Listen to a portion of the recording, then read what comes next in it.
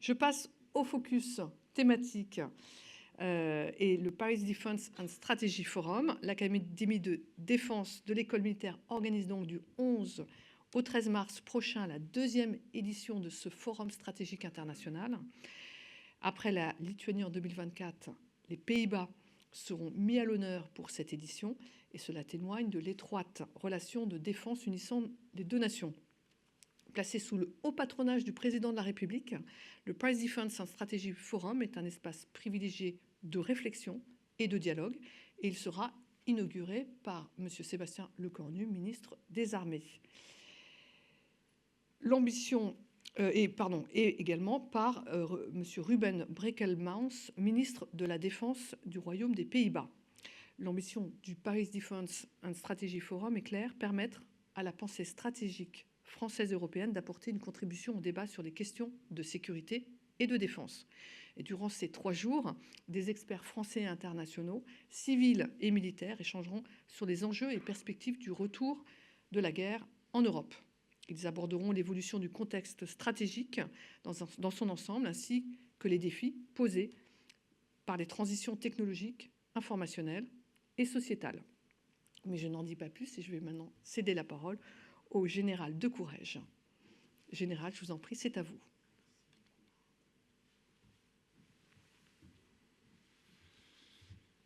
Merci, Madame la déléguée, pour cette introduction. Et donc, me voici vous parlant de ce Paris Defense and Strategy Forum. Depuis janvier et le début du nouveau mandat du président Trump, nous assistons à une accélération sans précédent des équilibres entre continents. Dans ce contexte, la réflexion stratégique en Europe n'est plus seulement essentielle, elle est devenue indispensable. Avec en premier lieu cette question clé que nous avons tous en tête: comment garantir la sécurité de notre continent après avoir ignoré depuis si longtemps le retrait pourtant annoncé des États-Unis d'Amérique? Aussi, dans cet agenda bien tourmenté, la France a souhaité organiser à Paris, pour la 2e année consécutive, un forum de réflexion stratégique, le Paris Defense and Strategy Forum, qui se tiendra du 11 au 13 mars prochain sur le site de l'école militaire.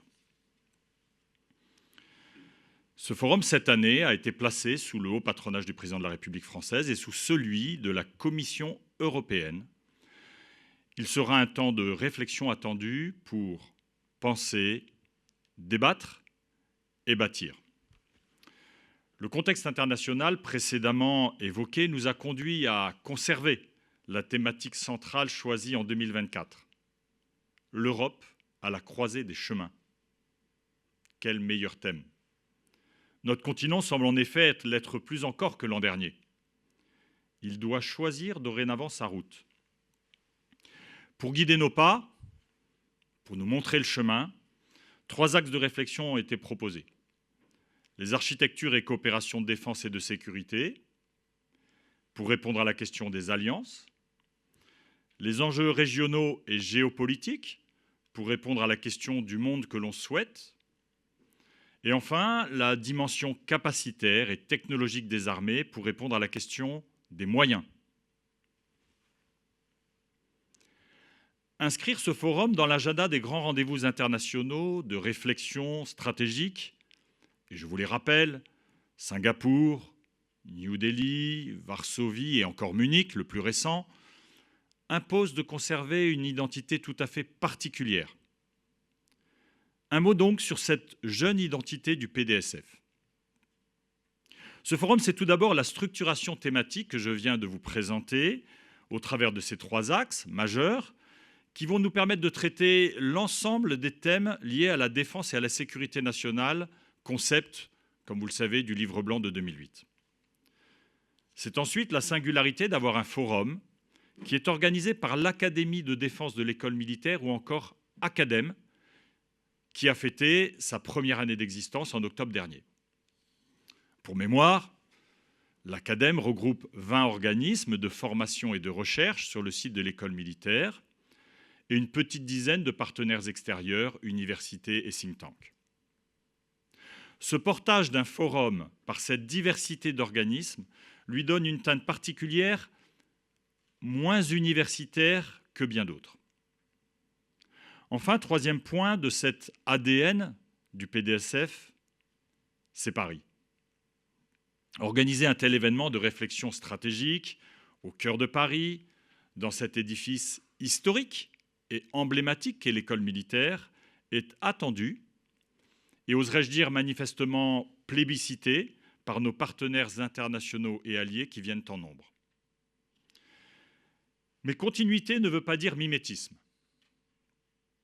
Alors, que va nous offrir cette édition 2025 ? Le contexte nous pousse à une plus grande et large ambition. Tout d'abord, cette édition sera politique. Une petite dizaine de ministres, français et étrangers, s'y exprimeront, ainsi que les présidents des commissions de la défense des deux chambres de notre Parlement, accompagnés de nombreux parlementaires étrangers. Les plus hautes autorités impliquées dans notre défense et notre sécurité nationale seront aussi présentes. Je puis bien sûr mentionner le chef d'état-major des armées et ceux de chacune des armées françaises, le délégué général pour l'armement, le directeur général de la gendarmerie nationale, les dirigeants des principaux groupes industriels de défense français. Ensuite, notre offre s'est densifiée par rapport à l'an dernier. Ce forum a été étendu sur 3 jours pour offrir près d'une centaine de séquences de nature très diverse et souhaitées comme telles. Conférences, keynotes, tables rondes, ateliers de réflexion ou de simulation de jeux stratégiques, séquences fermées souhaitées par de hautes autorités.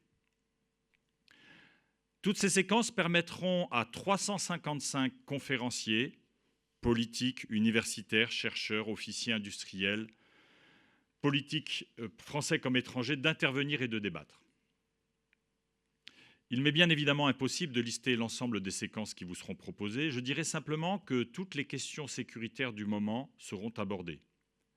Du nucléaire au naval, en passant par le spatial qui vient d'être présenté. La Chine, la mer Noire, le renseignement, l'environnement, les drones, le Moyen-Orient, l'Afrique, la lutte informationnelle, les Balkans, les biotechnologies, l'intelligence artificielle, les métaux rares, la protection du patrimoine en lieu de guerre et bien évidemment les alliances européennes et atlantiques ainsi que le conflit en Ukraine.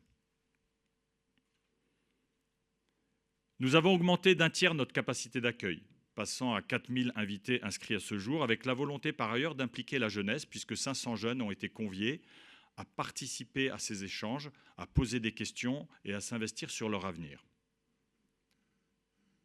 La défense et la sécurité nationale touchent à beaucoup de domaines, vous le savez. Aussi observons-nous cette année un élargissement des sujets vers bien d'autres enjeux de nature stratégique. Quels sont-ils ? La souveraineté énergétique, l'alimentation, la résilience de la nation, sa cohésion et ses capacités structurantes. Mais au-delà de toute cette densité de matière à réflexion, ce forum est conçu d'emblée comme un remarquable lieu d'échange et de partage. Doté d'une application numérique dédiée qui favorise ce networking, le forum offre ainsi beaucoup de moments pour ces échanges.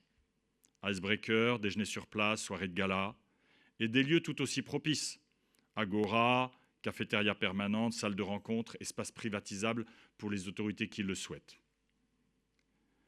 C'est aussi, et je pense que vous y serez sensible, un lieu de communication, avec un showroom accueillant de nombreux exposants, un salon du livre et un café stratégique qui sera animé en continu au cours des 3 jours. Je conclurai ce propos en évoquant la dimension européenne et internationale du PDSF.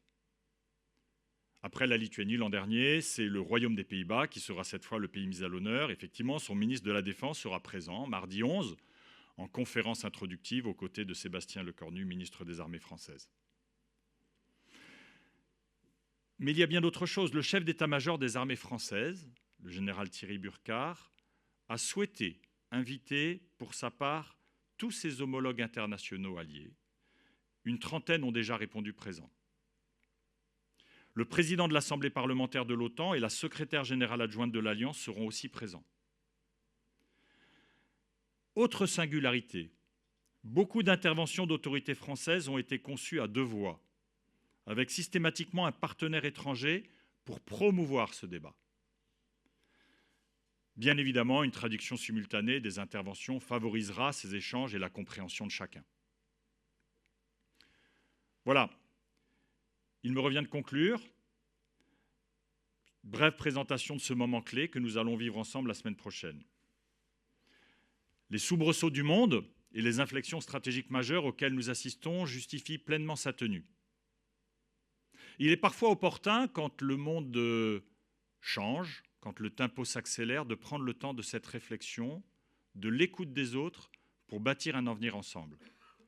Je souhaite dès lors ardemment que ce PDSF 2025 nous offre ce temps de réflexion et d'échange propice pour aider notre continent à penser sa défense et promouvoir sa paix.